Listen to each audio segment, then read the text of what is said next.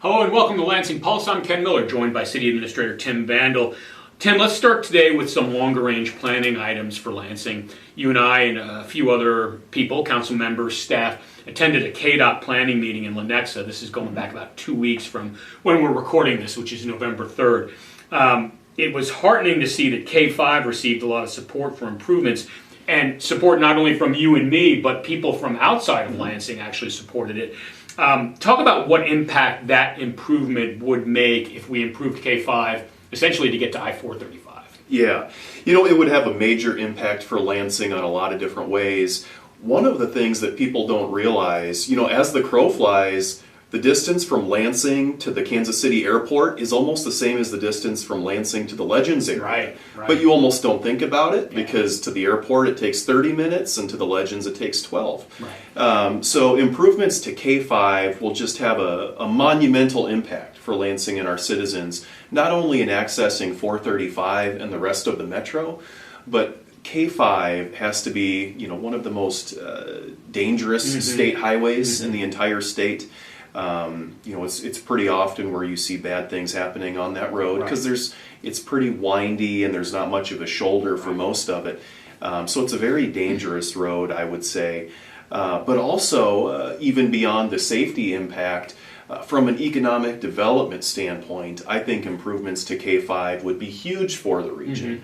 You look at these new industrial parks that have been put in some of our neighboring cities, and access to interstates, access to 435, that would be huge for neighboring industrial parks, I would think. So it's why Hill's Nutrition located in Tonganoxie close to I-70 like it did. Exactly, and that's one of the things that I think sometimes we hear from economic development people is, access to major highways and interstates. And that is one of the challenging things, Lansing and Leavenworth too, we are several miles away from I-70, and there's multiple stoplights on K7 to get to I-70. So more direct access to 435 and the rest of the metro, that can only help. So it was so great to see folks from Lansing, but also folks from Leavenworth and folks from Basser and the Port Authority all coming together to advocate for improvements to K5.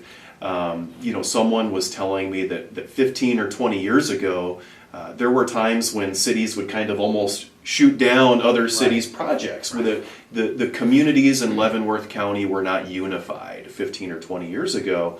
But now I think we realize that Leavenworth County's 85,000 people. That's a pretty large county. That's the 6th largest county in the state. And for so long, it almost seems like we've been overlooked because we haven't been unified.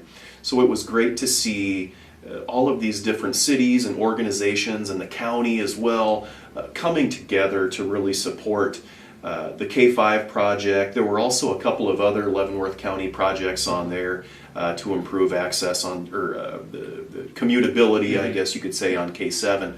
So it was great to see so many people coming together for the betterment of Lansing and the entire community. And a couple of other points on that. It was interesting, we were split into groups. I think there were 6 or 7 groups, and you were in a different group from me, and we were pretty well represented in all those groups. But in my group, and it was the first time I have ever heard this publicly, somebody from Wyandotte County actually was pushing K5, which to me, at least in my perspective, I had never heard that before. The other thing to keep in mind, and I'm not an economic development professional, and I certainly don't work in Wyandotte County, but you would think any improvements to K5, at least the western part of it that leads into 435, is going to make the Wolcott interchange, which is currently, for the most part, undeveloped, so much more appealing because it's another interstate access point where you could see significant development, and Lansing would have a direct road there. Exactly. Improvements to K5 just would have a monumental impact for Lansing and the surrounding area. And also, too, K5 connects to Leavenworth as well. And so Leavenworth, the city of Leavenworth was a good partner in that, and they were present at that meeting as well. So just a fantastic meeting. And seeing the K5 project rank above projects in Johnson County and entities that are probably 10 times Lansing size, our projects scored higher than theirs. So we were incredibly excited about that. Again, it was great that our communities were unified behind a common project. And to be realistic, it doesn't mean that there's going to be funding available next year and it's going to get built in 2 years, but it's on the map. Yes, exactly. Right. Okay. There are other infrastructure projects in Lansing, a little closer to home. Talk a little bit about the McIntyre sanitary sewer expansion. I know not this most recent meeting last night, City Council, but we heard from Tony Zell, our wastewater director, in the first meeting in October, talking a little bit about the McIntyre sanitary sewer expansion. So it could get complicated, but I guess for the layman, what does that mean for Lansing? You know, this question actually ties in really well with your previous one. So that McIntyre area along K7, it is primed for development. There are 20-something thousand vehicles per day that drive by that parcel of land, but currently there's no sewer to it. So there's not a lot you can do with that property right now until you get sewer to it. So not only that, if we're able to get sewer to that property and you have transportation improvements improving the access of that property to 435, that property is going to be incredibly developable.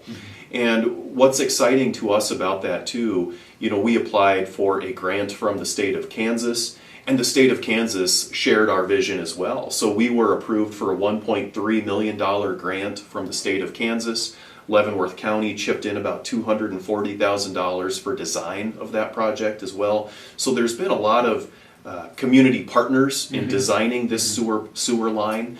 And so I want to say bids will be opened on November 6th, and then it'll go to the City Council for final approval on November 16th. But again, you know, that is a sewer project that's really going to pay dividends for Lansing in the long term. The one thing that I would say that maybe people need to understand, just because there's a sewer line out there, that doesn't mean it's going to develop tomorrow. Right. It might take a year, 2 years, 3 years, however long, but still, you know, the keys are in the ignition, and that means that property is going to be so much more developable in the long term. So that sewer project is going to be terrific for the future of Lansing. I know we're excited about it. I think the City Council is excited about it. And it just makes that property that much more valuable. All right, let's keep it in the economic development vein and kind of do a little recap here of what's happened in Lansing in 2023. I know there are several new businesses located in town. You just went to kind of a pseudo ribbon cutting a little bit south of here on K7. Talk a little bit about that business. Yeah, so On Demand Mechanical just opened a couple of weeks ago, and they are on K7. I think it used to be the Marco Motors property. Yeah. They have just done a terrific job renovating and improving that property. So I would really encourage people to check them out, you know, for your heating, air conditioning, plumbing needs. Be sure to check them out. They've done a fantastic job with that building, and I think that's indicative of the job they would do on, you know, other projects as well. Sure. They do quality work for sure. You know, a few other businesses that have gotten started this year. We've seen Family Eye Care get started in the earlier part of this year. That's just a fantastic business. So they still have their main office in Leavenworth, but I know, so I'll tell you, like, my wife would go there when she would get her eyes checked, but their location in Leavenworth, it would take like 15 or 20 minutes for us to get to. So the fact that they have this location in Lansing now, I think it makes it so much easier for folks in Lansing to get their eyes checked and get their glasses. The other thing that is really cool about Family Eye Care, they have like this boutique glasses and sunglasses shop. So, you know, if you're in the market for a Christmas present for, you know, someone, you can purchase designer sunglasses at their location in Lansing. So be sure to check out Family Eye Care right on K7 and Center Drive. So that's a great new business in town. Philemon Dental is another one. They just opened their new location maybe a month or so ago. Beautiful new building on K7. So before, I think they were kind of limited on space. They were renting a property kind of close to Jimmy John's before.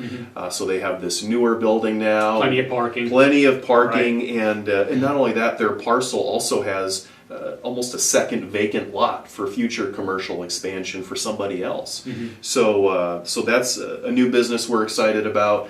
I know one of our employees goes there for his dental work, and he took pictures of the interior, and it just looks fantastic. So Philemon Dental did a great job on their new building.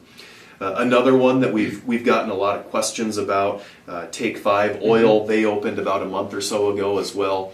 They're right on the corner of K7 and Eisenhower on that southeast quadrant there. It was interesting. It was a very tight fit, Right. and I think they acknowledged that. We acknowledged that.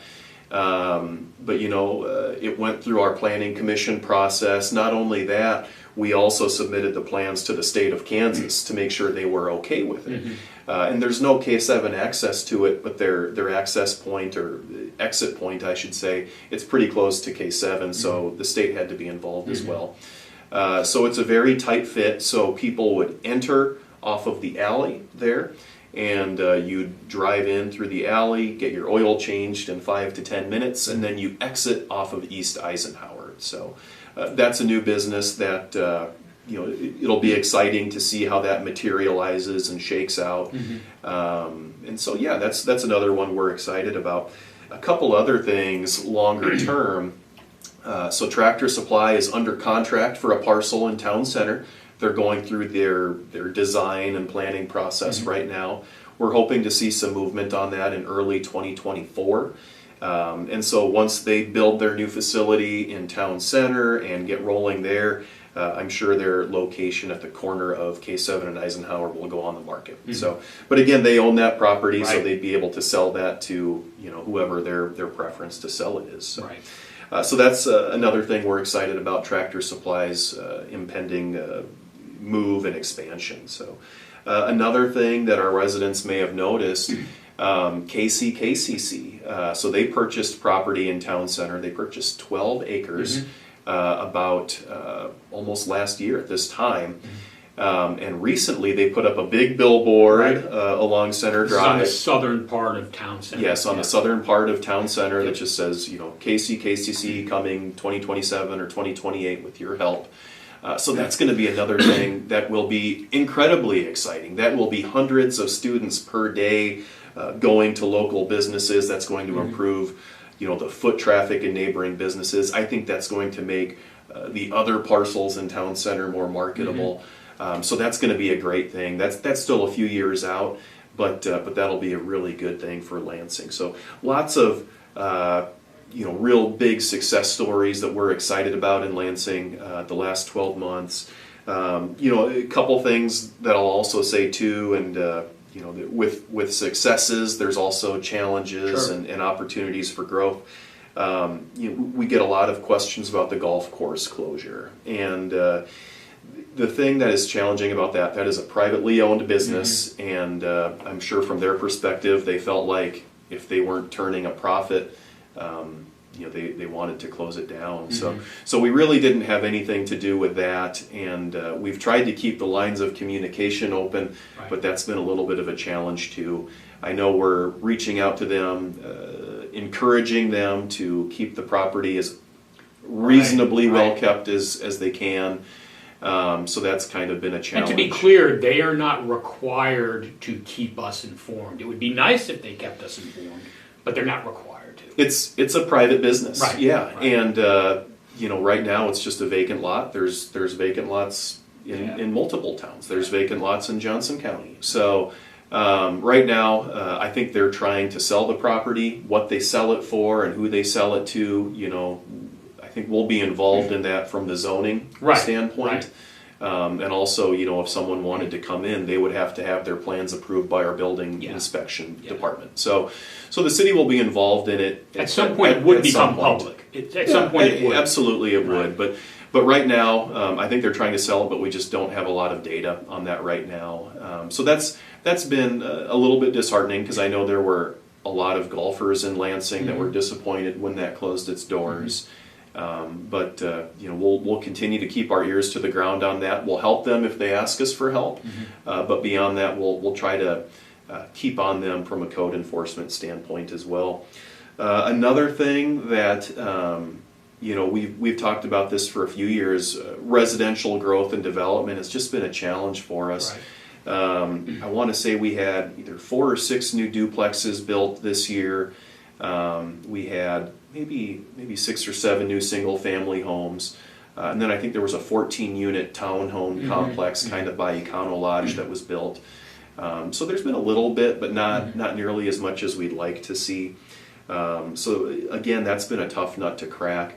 But I think in the next few years, we've got plans for that 50-unit apartment complex at the far west side of town center, kind of close to the elementary school. On West Mary. On West Mary. Right. So we anticipate seeing some dirt being moved on that in very early 2024.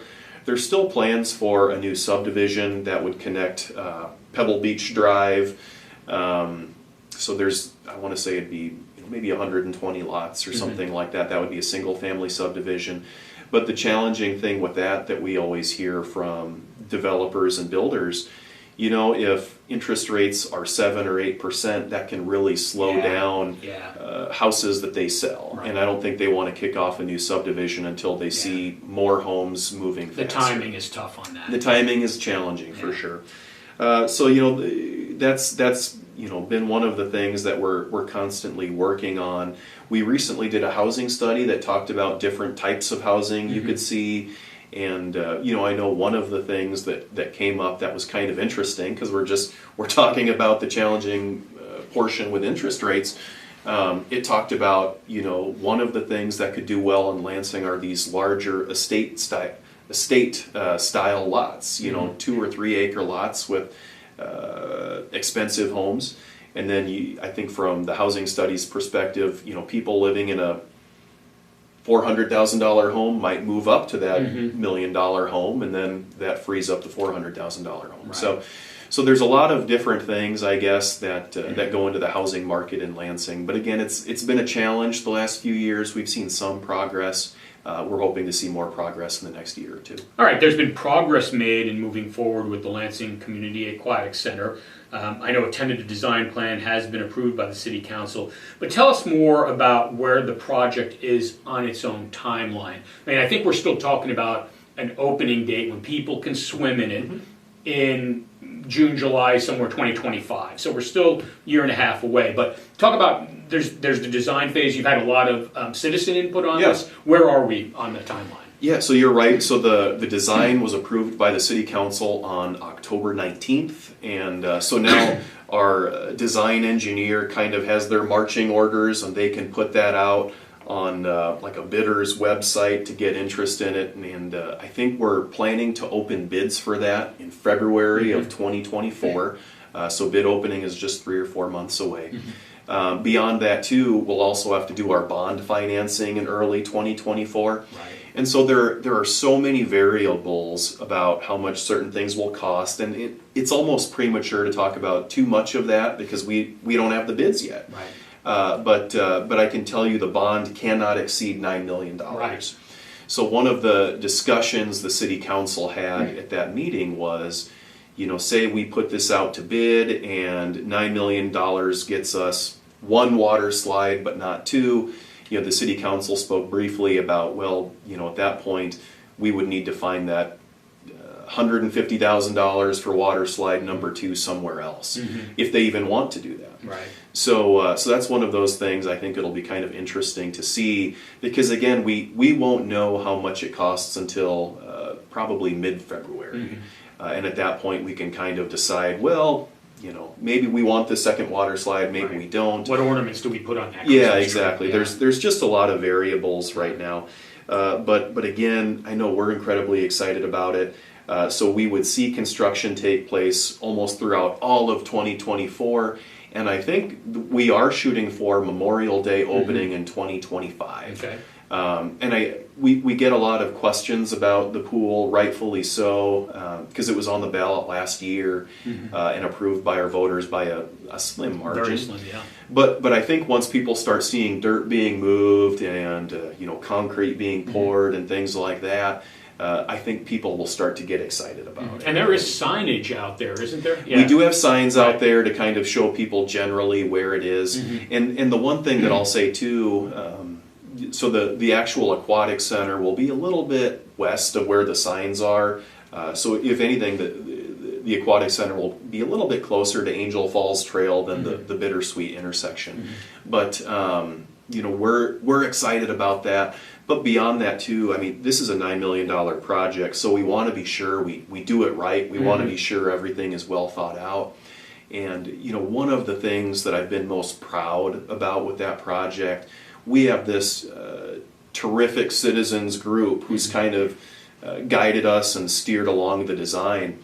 And it was really important to us, that our citizens group that kind of reviewed the plans, that it was from a wide array of citizens. So we have people in that group who might utilize it for senior aerobics, but we also have people in that group who have younger kids who maybe they're more excited about the splash pad and the water slides. Yeah. So it was really neat to see that group come together because there were times when there were slight disagreements about things with the pool, but that group was a fantastic group, and again, just really proud of the 7 or 8 people we had there and the work they did. Some of those meetings that group had, they were 2 or 3 hour meetings.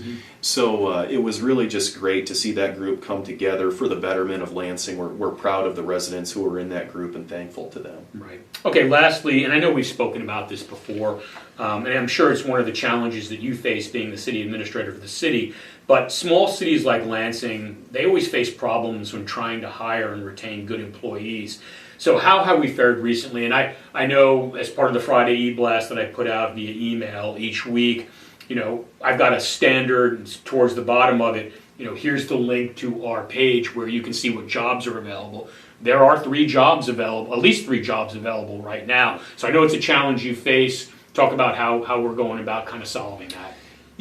We've had ups and downs with that for sure, and so in 2021 the city council did a public safety pay study to try to get our police officers closer to where the market says they should be, and we did that in 2021, and then it seems like every other city's doing one, and so it's been really a challenge there. But so that took place in 2021. We did a pay study for the rest of the staff in 2022. Again, the goal to be closer to the market, because we don't want to lose really good employees to neighboring cities, for just a couple $1,000s. Right. So it was important to us to be close to the market. It's just incredibly challenging right now. I think every city's kind of dealing with a workforce shortage. And even beyond that, though, there's times when people will leave our employment for things even beyond pay. We had one employee recently who retired after 17 years of distinguished service, so we were thankful for him.